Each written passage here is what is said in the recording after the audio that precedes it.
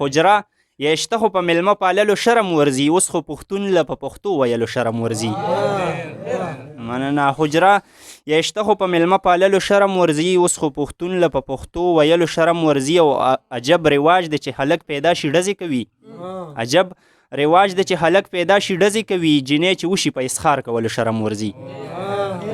مننه. عجب رواج دی چې هلک پیدا شي ډزې کوي، جنې چې وشي په اسخار کولو شرم ورځي. او دنیا لګیا ده په شرابو باندې پهر کوي.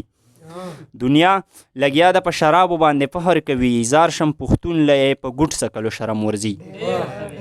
مننه. او څوک چې عزت د ځان لري د بل عزت وکوي، څوک چې عزت د ځان لري د بل عزت وکوي، چې وي پښتون بل ته په سپک کتلو شرم ورځي.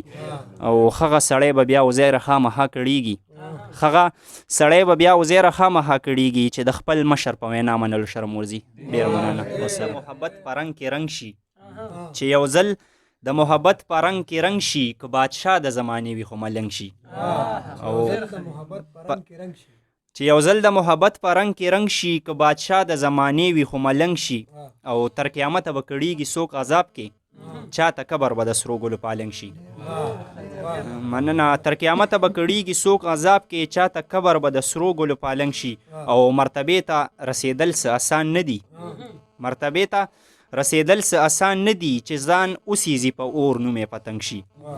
او مننه.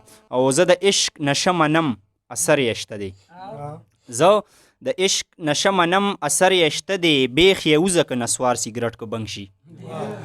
مننه. زه د عشق نشه منم اثر یې شته دی، بیخ یې وزه که نسوار سیګرټ که بنګ شي. او ته چې رټې سپورې وایې زه یې اورم، زین لالا ته چې رټې سپورې وایې زه یې اورم، یار د صبر اخر خدوي سړی تنګ شي.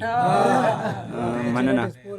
زه یې اورم، یار د صبر اخر خدوي سړی تنګ شي. او دغه څو شعرونه نور چې وشو عجیبه شانت کمال 2020 کې، وشو عجیبه شانت کمال 2020 کې، غربت او ګرانی دواړه شو مثال 2020 کې.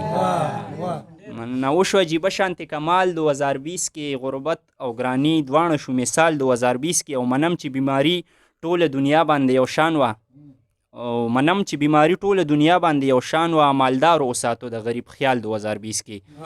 او یو خواته غربت او بل کرونا داسې وویل چې خر سړي به کو د بل نه سوال 2020 کې. مننه. یو خواته غربت او بل کرونا داسې وویل چې خر سړي به کو د بل نه سوال 2020 کې. او بازار ته کو بتللې نو ډنډې به دې خوړې، بازار ته کو بتللې نو ډنډې به دې خوړې، د کور نه د وتو نو مجال 2020 کې. بازار ته کو بتللې نو ډنډې به دې خوړې، د کور نه د وتو نو مجال 2020 کې. او دغه غزل دی چې صدر صاحب ته دې ډالۍ